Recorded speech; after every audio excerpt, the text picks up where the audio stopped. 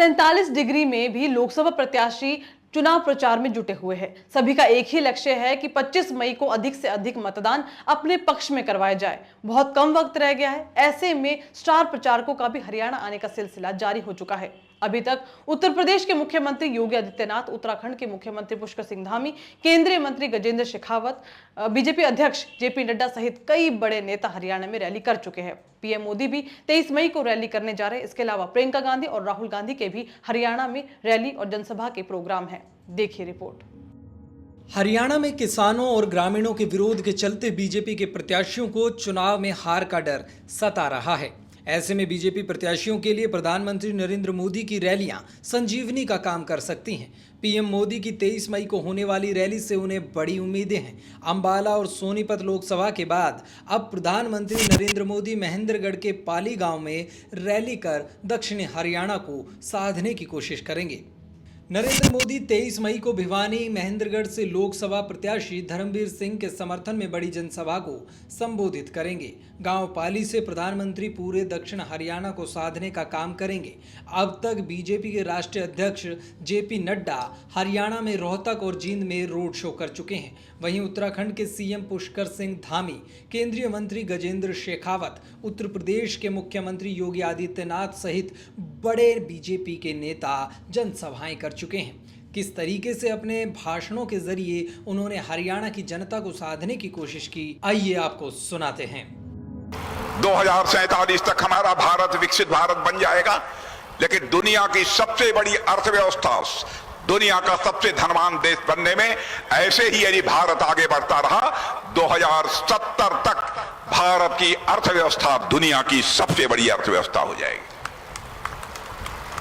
हमसे यदि रक्षा मंत्री होने के नाते कोई पूछे आप भारत को बनाना क्या चाहते हैं, मैं यह कहूंगा कि मैं तो भारत को विश्व की महाशक्ति बनाना चाहते हैं। लोग ये कहेंगे भारत को आप विश्व की महाशक्ति बनाना चाहते हैं, इसका मतलब क्या आप दुनिया के दूसरे देशों पर कब्जा करना चाहते हैं? क्या आप सारी दुनिया पर कब्जा करना चाहते हैं? क्या आप सारी दुनिया पर हुकूमत करना चाहते हैं? बहनों भाइयों, हम विश्व की महाशक्ति बनना चाहते हैं।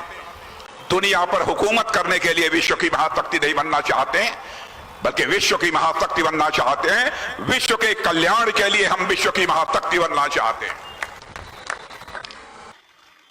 मेरे पास बहुत लंबी लिस्ट है। मैं इंद्रजीत सिंह जी को और डॉक्टर शर्मा जी को देकर चला जाऊंगा। बहनों और भाइयों, मैं आपको इतना ही पूछता हूं, आपने द्वारका एक्सप्रेस हाईवे देखा? अभी तो आधा ही हुआ है, अभी तो टनल बन गई है, और ये पूरा काम जब होगा तो वर्ल्ड का state of art project Dwarka express highway ये हरियाणा में होगा। इस बात का आपको अभिमान होगा। द्वारका एक्सप्रेस हाईवे 9,000 करोड़ का है, 29 किलोमीटर है, 8 लेन है। हरियाणा हिस्से का 20 किलोमीटर का काम पूरा हुआ है और दिल्ली के हिस्से का 9 किलोमीटर काम 2 महीने में पूरा हो जाएगा। इंदिरा गांधी एयरपोर्ट को बेहतर कनेक्टिविटी होगी और दिल्ली से गुरुग्राम तक का ट्रैफिक जाम का प्रॉब्लम पूरी तरह सुलझाया जाएगा। शिलालेख में जो एक पंक्ति लिखी हुई थी वो मेरे दिल में आग की तरह हमेशा चुभती है, जलती है।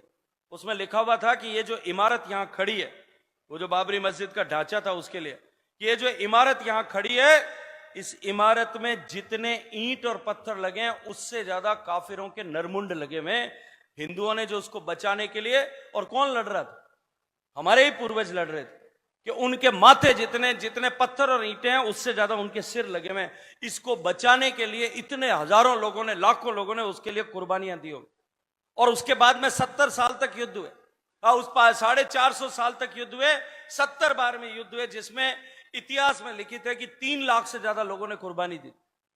वो भगवान श्री राम का मंदिर जब बनाने की बात आई, न्यायालय में जब बात चल रही थी, हम में से अधिकांश लोग या राम के वंशज होंगे या जो है राम के लव के वंशज होंगे, कुश के वंशज होंगे। लेकिन जब राम के मंदिर को बनाने के लिए न्यायालय में संघर्ष चल रहा था, तब यही कांग्रेस पार्टी की सरकार थी और इस कांग्रेस पार्टी की सरकार ने लिख करके न्यायालय में एफिडेविट दायर किया था कि भगवान राम हुए नहीं, ये तो तुलसीदास जी ने और वाल्मीकि ने जो कथा लिखी उस कथा का पात्र मात्र। जिन लोगों ने राम को नकारने का काम किया, राम मंदिर को बनने से रोकने का काम किया, आज वो जो सनातन को चुनौती देते हैं, जो राम के अस्तित्व को चुनौती देते हैं, उनके बीच में और राम के नाम को आगे बढ़ाना और राम के मंदिर को बनाने वालों के बीच में संघर्ष है। अब हमको निर्णय करना है कि हम किसके साथ में खड़े, हम अपने पूर्वजों की कुर्बानी के साथ में खड़े या उनके सामने, उनके प्रतिपक्ष में जो लोग खड़े थे उनके सामने खड़े। एक छोटा सा विषय खड़ा करके, एक विषय को लेकर के जिस तरह से एक भ्रांति फैलाने की कोशिश की जा रही है समाज में, आज समाज को इस बात का निर्णय करना है कि हमारा दूरगामी लक्ष्य और जिस लक्ष्य को लेकर के हमारे पूर्वजों ने कुर्बानी दी थी, आज हम उसके साथ में खड़े या नहीं खड़े, ये हमको चिंतन करना पड़ेगा, हमको इस बात का विचार करना पड़ेगा। लेटेस्ट वीडियोस के लिए अभी सब्सक्राइब करें A1 हरियाणा को और प्रेस करें बेल आइकन ताकि सभी अपडेट्स आपको मिले सबसे पहले।